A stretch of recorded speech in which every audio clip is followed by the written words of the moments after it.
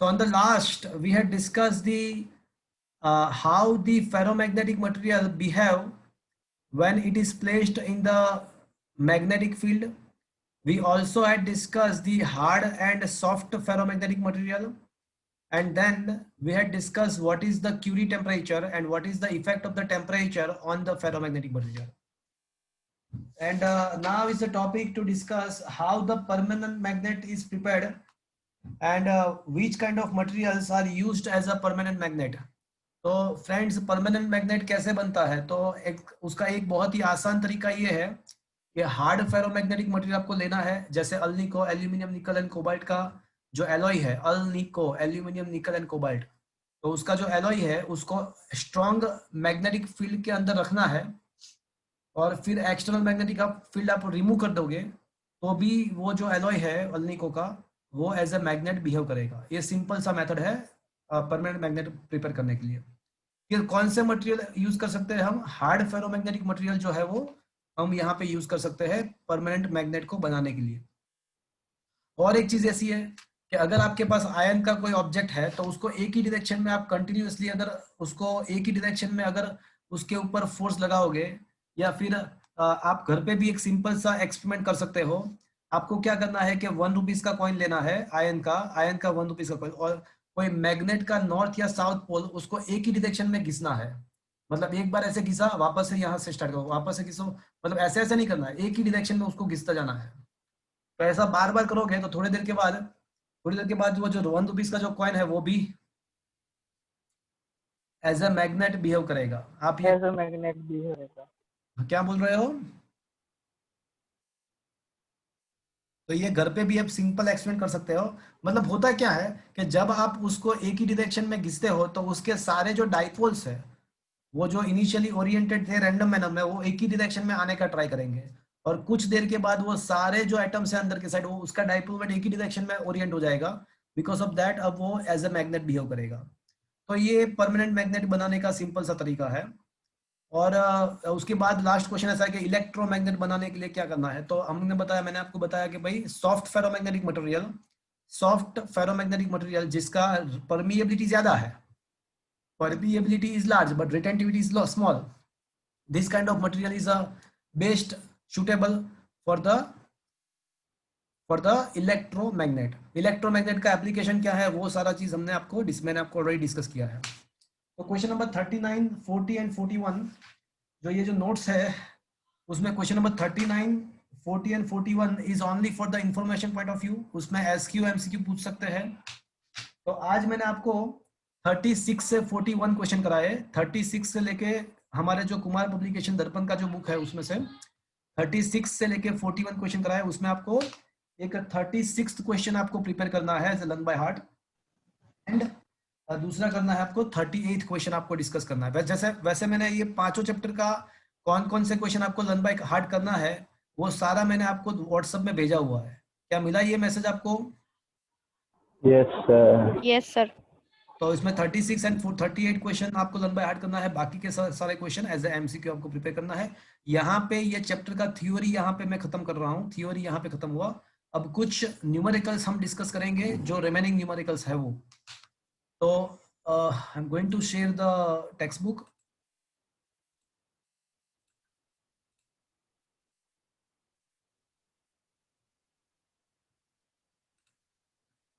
तो फ्रेंड्स मुझे ये बताओ कि क्या हमने इलस्ट्रेशन 1 to 9 तक कर दिया है, 1 to 10 तक? कोई बाकी है बीच में? देखो तो एक बार।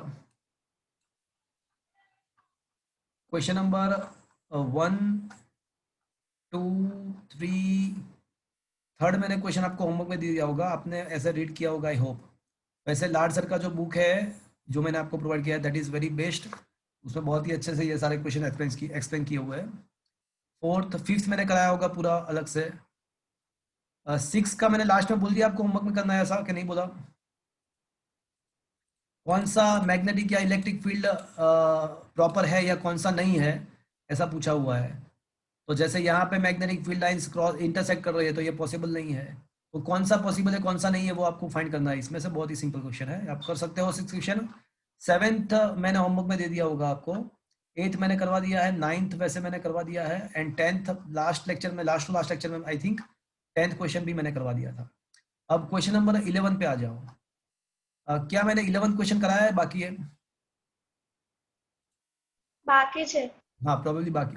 1 to 10 इज कम्प्लीटेड, उसमें कोई बाकी नहीं है ना 1 to 10 में? No sir. Okay fine fine. तो 11 question is a interesting one. देखो क्वेश्चन को समझने का ट्राई करते हैं। A domain in a ferromagnetic ion is in the form of cube of a side length 1 micrometer. So सबसे पहली बात यह है कि फेरोमैग्नेटिक मटेरियल का लेंथ क्यूबिकल उसका डोमेन है और उसका लेंथ दिया हुआ है। तो डेफिनेटली हम क्या फाइंड कर सकते हैं सबसे पहले? कोई बताएगा हम क्या फाइंड कर सकते हैं? क्यूबिकल उसका शेप है तो उसका वॉल्यूम फाइंड कर सकते हैं। 1 माइक्रोमीटर का लेंथ है तो उसका जो वॉल्यूम होगा 10 माइक्रो मतलब 10⁻⁶ का क्यूब, तो ये हो जाएगा 10⁻⁻18 मीटर क्यूब। चलो आपको वॉल्यूम मिल गया, बट करना क्या है? तो करना ये है कि आपको मोलिकुलर मास दिया हुआ है एंड डेंसिटी भी दिया हुआ है। तो assume that the each ion atom has a dipole moment, हर एक एटम का डाइपोल मोमेंट भी दिया हुआ है। तो मुझे maximum possible dipole moment find करना है। I want to find the maximum possible dipole moment and उसके बाद मैग्नेटाइजेशन भी फाइंड करना है। दो चीज मुझे फाइंड करना है। चलो पहले मुझे कोई बताएगा कि कब मैक्सिमम पॉसिबल डाइपोल मोमेंट कब प्रोड्यूस होगा? જ્યારે બધા એક ડિરેક્શન પર સેટલ થશે. Very good. When all the atoms are oriented in the same direction, at that time the saturation magnetization or maximum dipole moment is produced. अब सोचो कि एटम, ये जो पूरा मटेरियल है उसके अंदर n नंबर ऑफ एटम्स है।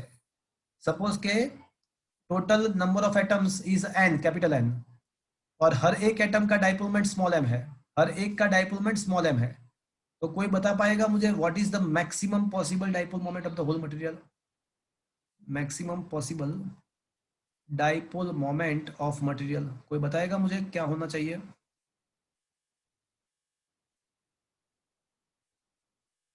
सारे डाइपोल अगर एक ही डायरेक्शन में तो सबका एडिशन होगा, हर एक का m है। तो अगर 2 एटम है तो 2m होगा, 3 एटम है तो 3m होगा। तो ऐसे n नंबर ऑफ एटम्स है। सपोज के हमारा जो स्पेसिमेन है, हमारा जो डोमेन है, उसके अंदर n नंबर ऑफ एटम्स है। तो what will be the maximum possible dipole moment, कोई बताएगा मुझे?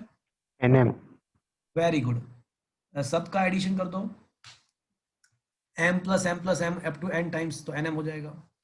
तो अगर मुझे मुझे एक डाइपोल का तो डाइपोल मोमेंट दिया हुआ है, स्मॉल m, तो मुझे एक का तो दिया हुआ है, एक एटम का तो डाइपोल मोमेंट मुझे दिया हुआ है। अगर मैं नंबर ऑफ एटम्स फाइंड कर दूं, अगर मैं नंबर ऑफ एटम्स मैं किसी हिसाब से फाइंड कर दूं, तो मुझे मैक्सिमम पॉसिबल डाइपोल मोमेंट मिल जाएगा।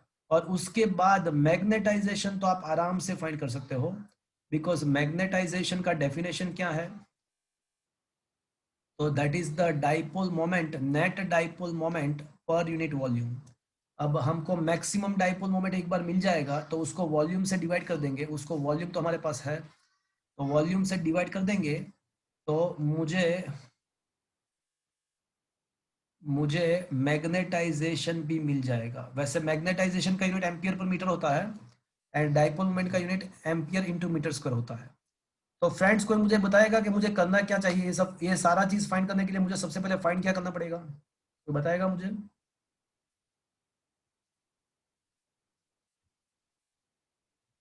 क्या फाइंड करूं तो ये सब कुछ मुझे मिल जाएगा? Number of atoms. I want to find the number of atom in our domain. तो अब देखो मेरी ट्रिक, मेरी मेरी बात ध्यान से सुनना। चलो एटॉमिक मोलेक्युलर जो वेट है, मोलेक्युलर जो वेट है, मोलेक्युलर मास जो है वो 55 ग्राम पर मोल। तो कोई मुझे बताएगा इसका मीनिंग क्या हुआ? 1 mole માં 55 ગ્રામ. हाँ vice versa, in 55 gram how many number of moles? 1 mole, and that is equals to how many atoms? 6.022 into 10 raised to Can I 10 say raised can I say Avogadro number of atoms? Is it okay? Yes, sir. Atom or molecule or molecules? वैसे molecular weight है तो ये molecule number of molecules होना चाहिए. Is that clear? But मुझे है ना 55 ग्राम का नहीं चाहिए. मुझे किसका चाहिए? मुझे हमारा जो डोमेन है उसका चाहिए. मुझे 55 ग्राम्स का नंबर ऑफ मोलिक्यूल्स नहीं चाहिए. कोई बात नहीं. अब डेंसिटी क्या है?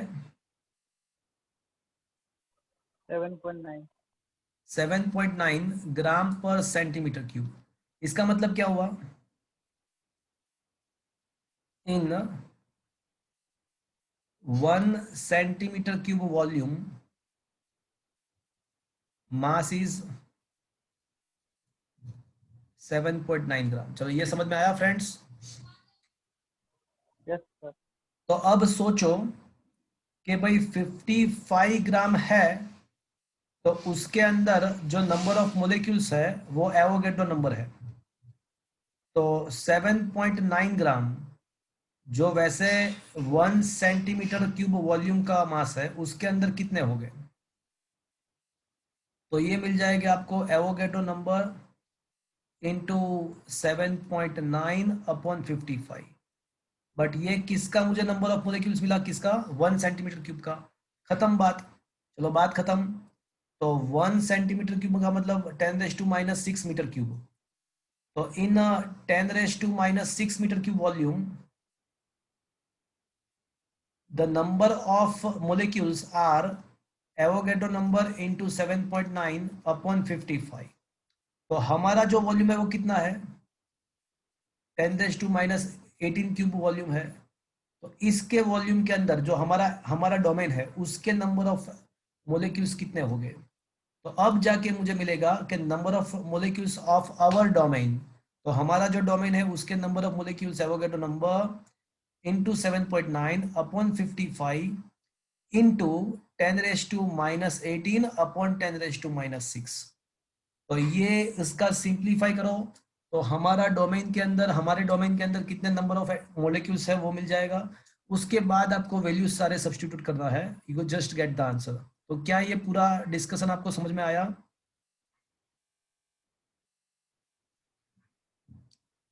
Yes, sir. तो हम ऐसे हमारा जो डोमेन है उसके अंदर हम नंबर ऑफ मोलिक्यूल्स फाइंड कर सकते हैं. एक बार हमको ये नंबर ऑफ मोलिक्यूल्स मिल गया तो उसको m से मल्टीप्लाई करो तो आपको टोटल मैक्सिमम डाइपोल मोमेंट मिल जाएगा. उसको वॉल्यूम से डिवाइड कर दो तो आपको मैग्नेटाइजेशन मिल जाएगा. टेक्स्ट बुक के अंदर थोड़ा कॉम्प्लिकेटेड मेथड से दिया हुआ है तो मैंने उसको सिंपल करके आपको दिया है. इसका स्क्रीनशॉट मैं आपको भेज दूंगा. तो क्या ये फ्रेंड्स आपको समझ में आया पूरा चीज? यस और no? Yes, sir. Yes, sir. चलो कुछ एक्सरसाइज के क्वेश्चन हम कर लेते हैं.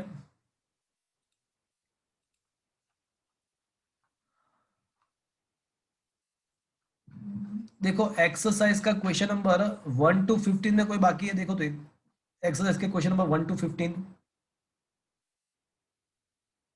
वैसे फर्स्ट सेकंड एंड हाँ 16 17 मैंने होमवर्क में दे दिए होंगे आपको. तो देखो एक्सरसाइज के 1 to 15 में कोई बाकी है? डेफिनेटली ये सारे क्वेश्चन मैंने करवा दिए. इनफैक्ट कुछ क्वेश्चन तो मैंने हाँ, करवाया है. हाँ, sir. और 16 17 मैंने आपको होमवर्क में दिया है. 18 मैंने करवा दिया है. 18 हैड बीन डन. 19 भी मैंने करवा दिया है. 19 was a very good question. याद है आपको वो 4 वायर्स था उसका पूरा 3 डायमेंशन आपको सोचना था 19 में. याद आ रहा है कुछ? तो बहुत ही अच्छा क्वेश्चन था. BH² प्लस ये 19 करवाया कि नहीं करवाया है? करवाओ जैसा. करायो. हाँ वो बहुत ही अच्छा क्वेश्चन है. और ये जो 20 एंड 22 जो क्वेश्चन है 20 एंड 22 वो मैं ऑफलाइन मोड पे कर सकूंगा बिकॉज इसमें बहुत ही 3 डायमेंशनल सोचना है. तो ऐसे यहाँ पे नहीं मजा आएगा. तो ये हम जब प्रैक्टिकली मिलेंगे प्रॉब्ली नेक्स्ट मंथ में तो ये हम कर देंगे. 20 एंड 22 हम ऑफलाइन मोड में करेंगे ये 2 क्वेश्चन. 21 पे आ जाओ. क्वेश्चन नंबर 21 20 एंड 22 दोनों में मैं आपको ऑफलाइन मोड पे कराऊंगा. बाकी 21 23 24 25 ये सारे क्वेश्चन अभी मैं आपको डिस्कस कर लूंगा. 21 क्वेश्चन पे आ जाओ. Question number 21 everybody please listen and look at here.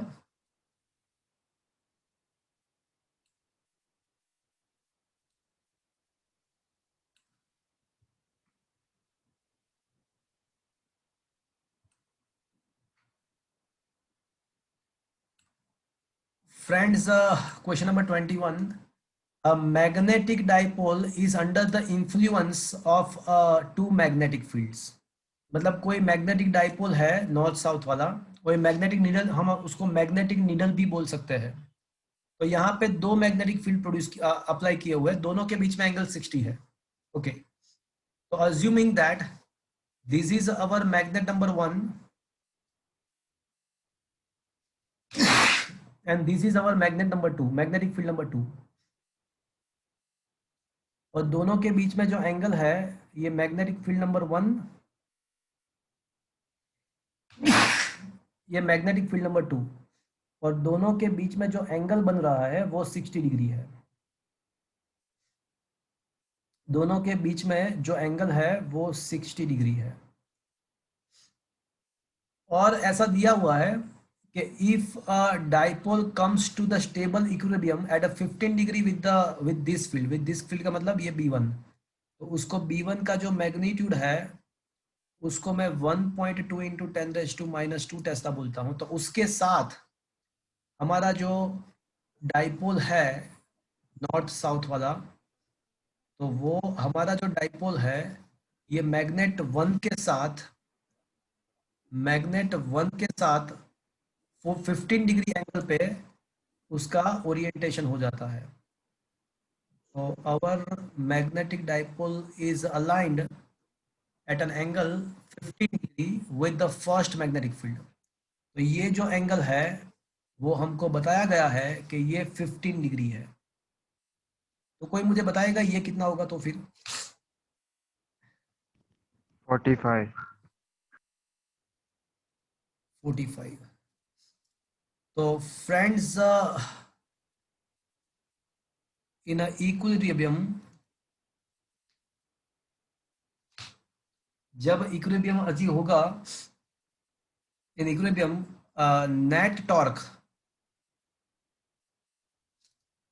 On magnetic dipole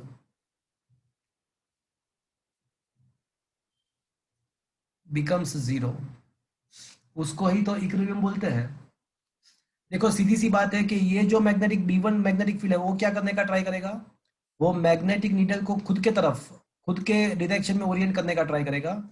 और जो B2 है वो कौन से डायरेक्शन में ले जाने का ट्राई करेगा, वो खुद के तरफ, मतलब B2 के डायरेक्शन में ले जाने का ट्राई करेगा। मतलब B1 जो है वो ये मैग्नेटिक नीडल को क्लॉकवाइज डायरेक्शन में ओरिएंट करने का ट्राई करेगा, रोटेशन करने का ट्राई करेगा। और ये जो मैग्नेटिक फील्ड नंबर 2 है वो उसको एंटी क्लॉकवाइज डायरेक्शन में रोटेट करने का ट्राई करेगा। बट इन द इक्विलिब्रियम क्या होगा कि भाई दोनों का टॉर्क सेम होना चाहिए, बिकॉज दोनों का अपोजिट डायरेक्शन में तो है ही। तो दोनों का टॉर्क सेम होगा मैग्नीट्यूड वाइज, तो वो इक्विलिब्रियम अचीव होगा। Torque is equals to mb sin theta, m cross b। तो mb1 sin theta 1 is equals to mb2 sin theta 2। Magnetic dipole तो वही का वही है दोनों के लिए, mm कैंसल। B1 का वैल्यू दिया हुआ है थीटा 1 इज 15 डिग्री, B2 का वैल्यू मुझे फाइंड करना है और थीटा 2 का वैल्यू हमको पता चल गया कि 45 डिग्री है। तो can you find the B2? क्या आप ये दूसरा वाला मैग्नेटिक फील्ड फाइंड कर सकते हो? Is that clear to you friends? क्या ये न्यूमेरिकल समझ में आया? Yes, sir. Is it okay everybody? Yes, sir. Okay, come to the question number 23।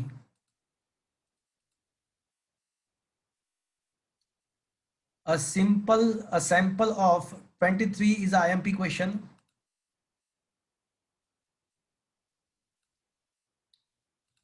A sample of a paramagnetic, देखो पहली बात तो ये कि पैरामैग्नेटिक मटेरियल का दिया हुआ है, पैरामैग्नेटिक सब्सटेंस हमको दिया हुआ है। A sample of a paramagnetic salt contains 2 into 10⁻24 atomic domains, dipoles। मतलब नंबर ऑफ डाइपोल्स हमको दिया हुआ है पैरामैग्नेटिक मटेरियल के अंदर। कितना दिया हुआ है भैया? 2 into 10⁻24। एंड हर एक का डाइपोल मोमेंट, हर एक एटम का dipole moment 1.5 into 10⁻23 ampere metre square भी कह सकते हैं। डाइपोल मोमेंट का यूनिट जूल पर टेस्ला भी है।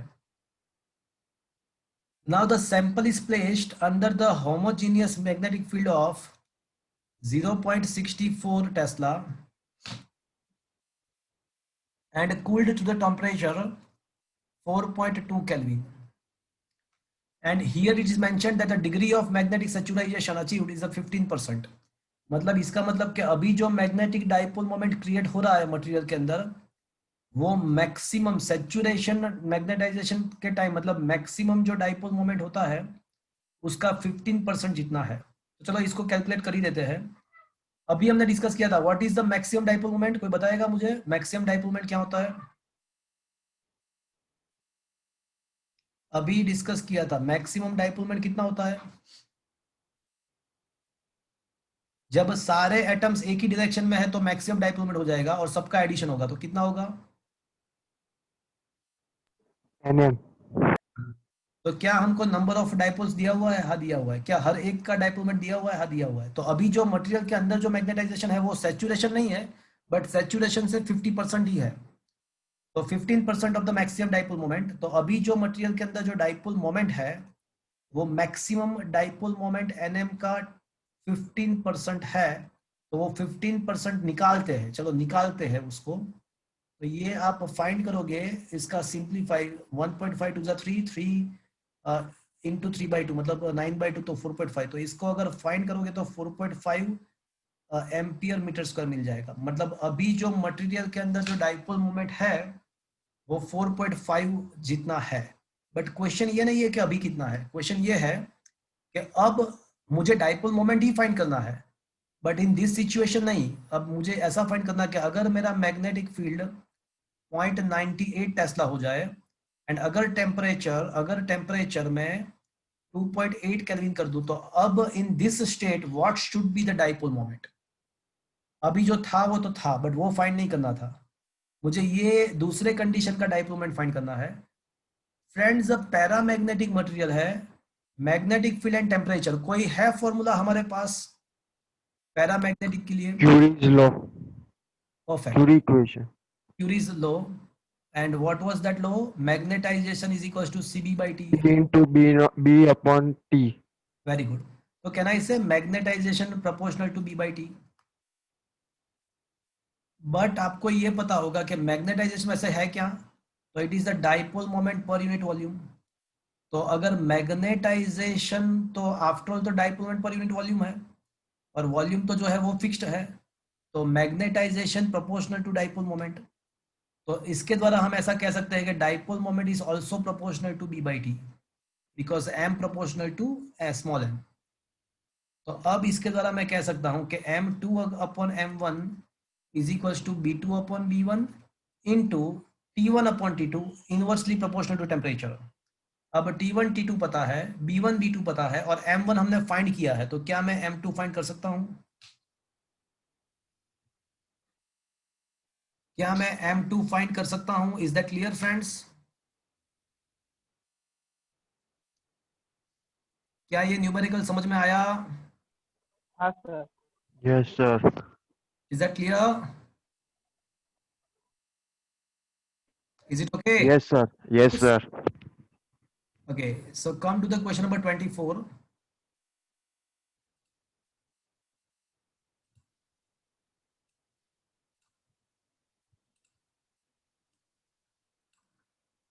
So question number 24 is a Rowland ring. देखो फ्रेंड्स, पहली बात तो Rowland ring is a comes first time, तो वो एक टाइप का टोरॉइड है। Rowland ring is nothing but it is a one kind of toroid, मतलब टोरॉइड ही है वो रोलैंड रिंग, और कुछ नहीं, टोरॉइड ही है। तो कोई मुझे बताएगा what is the equation of the magnetic field for the toroid?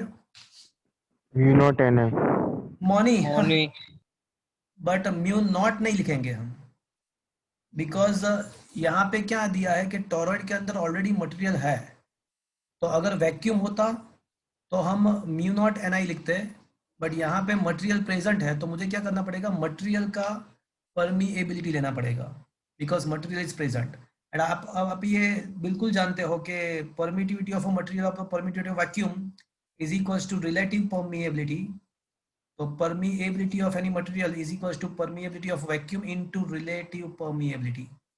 तो ये वैल्यू हम यहाँ पे सब्स्टिट्यूट करेंगे, तो अब जो है वो मैग्नेटिक फील्ड का फॉर्मूला क्या हो जाएगा, mu not into mu r into n i. क्या ये समझ में आया आपको? अब मुझे ये यस सर। ये number of turns per unit length का मतलब ये स्मॉल एन के बदले में क्या लिख सकता हूँ? स्मॉल एन के बदले मैं क्या लिख सकता हूँ? Capital N by L. But यहाँ पे सोलेनोइड नहीं है भैया, टोरॉइड है, तो टोरॉइड में बाई क्या लिखना चाहिए मुझे? 2πr। परफेक्ट। तो अब क्वेश्चन देखो, रोल रिंग का रेडियस आपको दिया हुआ है, radius is given, number of turns, total number of turns is also given, and उसका रिलेटिव परमिएबिलिटी भी दिया हुआ है आपको, रिलेटिव परमिएबिलिटी 800 दिया हुआ है। म्यू नॉट का वैल्यू तो पता ही है, 4/10⁻⁷ होता है। और आपको मैग्नेटिक फील्ड फाइंड करना है, और उसका करंट आपको दिया हुआ है 1.2 एम्पियर। तो क्या आप ये मैग्नेटिक फील्ड फाइंड कर सकते हो? All the parameters is given to you. So क्या उसको मुझे सॉल्व करवाने की जरूरत है, या आप ये कैलकुलेशन कर सकते हो? हो जाएगा सर। हो जाएगा। Is it clear to you friends? Yes sir. Okay, last numerical of the whole chapter, वो थ्योरेटिकल न्यूमेरिकल है, मतलब थ्योरी ही है। तो क्या पूछा है देखो, तो ऐसा पूछा है कि the magnetic moment vector is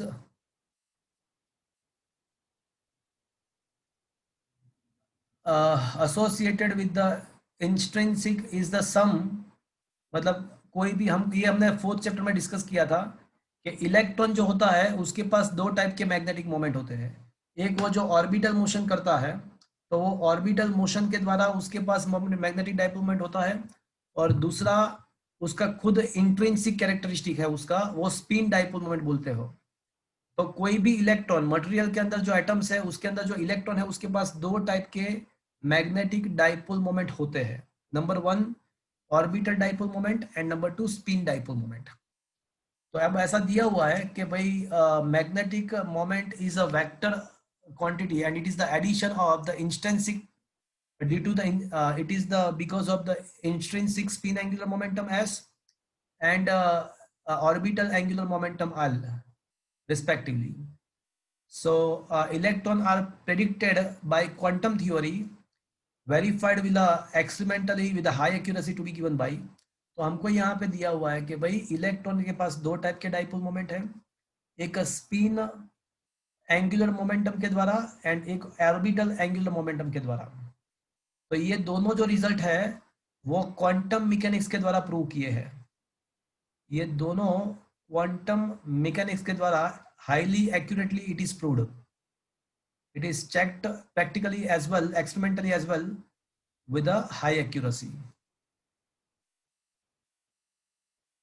अब क्वेश्चन ऐसा है कि which of the results, which of the relation is accordance with the classically, मतलब इन दोनों में से हम किसको क्लासिकली भी प्रूव कर सकते हैं।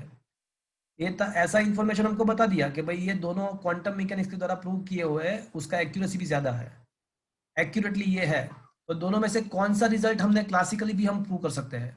तो फ्रेंड्स हमने ऑलरेडी प्रूव किया in the fourth chapter, we already use the classical mechanics and we proved that the orbital momentum of a electron is equals to, याद है आपको, -e/2 mass of electron into the angular momentum. तो ये orbital momentum वाला जो formula है वो already हमने क्लासिकली प्रूव किया हुआ है। तो वही क्वेश्चन है कि दोनों में से कौन सा फॉर्मूला क्लासिकली प्रूव कर सकते हैं। और इसमें ऐसा भी पूछ सकते हैं कि उसको क्लासिकली प्रूव भी करो, इस रिजल्ट को प्रूव भी कर दो। तो मतलब चैप्टर नंबर 4 का पूरा थ्योरी, चैप्टर 4 का जो पूरा थ्योरी है वो आपको यहाँ पे लिखना पड़ेगा अगर प्रूव करना पूछे तो क्लासिकली। तो यहाँ पे तो सिंपल चीज ऐसी है कि पहले इंफॉर्मेशन दिया कि इलेक्ट्रॉन के पास दो टाइप के एंगुलर मोमेंटम है, एक स्पिन एंगुलर मोमेंटम है, एक ऑर्बिटल एंगुलर मोमेंटम है। तो उसके द्वारा उसके पास दो टाइप के डाइपोल मोमेंट है, स्पिन डाइपोल मोमेंट है और ऑर्बिटल डाइपोल मोमेंट है। अब दोनों क्वांटम मैकेनिक्स के द्वारा इसका इक्वेशन हमने को दिया कि भाई ये मिला है, तो उन दोनों में से किसको हम क्लासिकल मैकेनिक्स के द्वारा भी प्रूव कर सकते हैं। देखो हमारे सिलेबस में क्वांटम मैकेनिक्स नहीं है, हम जो भी पढ़ते हैं वो क्लासिकल मैकेनिक्स ही पढ़ते हैं। तो हमने फोर्थ चैप्टर में by the fundamental of the classical mechanics we already proved the second result. तो वही तो पूछा है कि कौन सा रिजल्ट क्लासिकली मैकेनिक्स हम प्रूव कर सकते हैं, तो वो सेकंड रिजल्ट। और उसको प्रूव करना बोले तो पूरा थ्योरी आपको लिखना पड़ेगा। Is that clear to you friends? Yes sir. तो ये चैप्टर यहाँ पे खत्म कर रहा हूँ मैं, और हम जब नेक्स्ट टाइम आप मिलेंगे तो फ्रेंड्स प्लीज मैं आपको ये बार बार बोलता हूँ, आपके लिए ये बहुत ही इंपॉर्टेंट है। आप कंपल्सरीली एमसीक्यू सॉल्व करो करो करो। बोर्ड के एग्जाम के अंदर 50% एमसीक्यू का वेटेज है, तो ये एमसीक्यू सॉल्व करने से बहुत सारा बेनिफिट है। नंबर 1, आपके थ्योरी को कंसेप्ट ज्यादा स्ट्रांग होगा। नंबर 2, बोर्ड के एग्जाम में वैसे भी 50% एमसीक्यू है। नंबर 3, गुजसेट के एग्जाम के अंदर जितने भी गुजसेट के एग्जाम के हैं अभी तक, जितने भी गुजसेट के एग्जाम हुए, तो उसमें टेक्स्ट बुक के बेस के एमसीक्यू ज्यादा होते हैं। तो मैंने जो नोट्स आपको दिया हुआ है उसमें 2 टाइप के, टेक्सचुअल एंड सेल्फ लर्निंग, दोनों टाइप के एमसीक्यू दिए हैं। अगर वो कर लोगे तो गुजसेट में भी आपको इक्वली इंपॉर्टेंट आपको बेनिफिट होगा। नीट का जो लेवल है वो यही लेवल है, नीट का बहुत ज्यादा लेवल नहीं है। हम जो नोट्स जेडब्ल्यू में कराते हैं, जेडब्ल्यू में क्वेश्चन सॉल्व करते हैं, वो बहुत हार्ड लेवल का होता है। नीट में इतना ज्यादा लेवल नहीं होता है। यहाँ पे बोर्ड के अंदर जो लेक्चर में लेता हूँ उसमें जो एक्स्ट्रा एमसीक्यू है वो नीट के लेवल के है। तो नीट के लिए ये बहुत ही इंपॉर्टेंट नोट्स है एमसीक्यू जो मैंने आपको प्रोवाइड किया, और जेडब्ल्यू का भी बेसिक कंसेप्ट आपको यहाँ से मिल जाएगा। तो आपको ये करना है करना है करना है, कुछ भी करके ये करना है। अब 4th चैप्टर में हमने ये स्किप कर दिया था लेक्चर एमसीक्यू का, तो पहले एक काम करते हैं, पहले अभी जो लेक्चर आएगा उसमें आप पूरा मतलब textual MCQ plus self learning MCQ मतलब पूरा आपको खत्म करके लाना है 100%। उसके डाउट मैं आपको कराऊंगा, और एक लेक्चर एक्स्ट्रा मैं 4th चैप्टर के लिए भी रखने वाला हूँ, वो मैं आपको बोल दूंगा कब है। तो आप अभी तो 5th चैप्टर जो है उसके एमसीक्यू नेक्स्ट लेक्चर में करके लाओगे, मैं उसके डाउट कराऊंगा। उसके बाद आपका जो एग्जाम है अभी जो थर्सडे का, तो थर्सडे के एग्जाम के अंदर चैप्टर नंबर 5 ही होगा। उसका 50 मार्क्स का वेटेज होगा, 40 to 50, 1 और 2 आवर का टाइम होगा। बट एक बार एमसीक्यू खत्म होने के बाद you need to prepare for the 100 marks examination of the 5th chapter का 100 मार्क्स का एग्जाम के लिए आपको प्रिपेयर रहना है। ओके, तो यहाँ पे 5th चैप्टर कंप्लीट हो रहा है, आपको एमसीक्यू सॉल्व करके लाना है। मैंने ऑलरेडी नोट्स प्रोवाइड किया हुआ है। किसी ने अगर ऑफिस में से ये नोट्स कलेक्ट नहीं किया तो please do collect it. Okay, तो मैंने ऑफिस के अंदर आपको 3 नोट्स दिए। एक तो कुमार पब्लिकेशन का बुक दिया, दर्पण बुक दिया हुआ है। नंबर 2, न्यूमेरिकल के लिए अलग से एक बुक दिया हुआ है। नंबर 3, एमसीक्यू का नोट्स अलग से प्रोवाइड किया है, spiral binding. Apart from that JW के अलग अलग नोट्स मैंने जो भेजे थे वो मैंने किया हुआ है। तो फ्रेंड्स, अभी आज का सेशन मैं यहाँ पे खत्म कर रहा हूँ। किसी को कुछ पूछना है?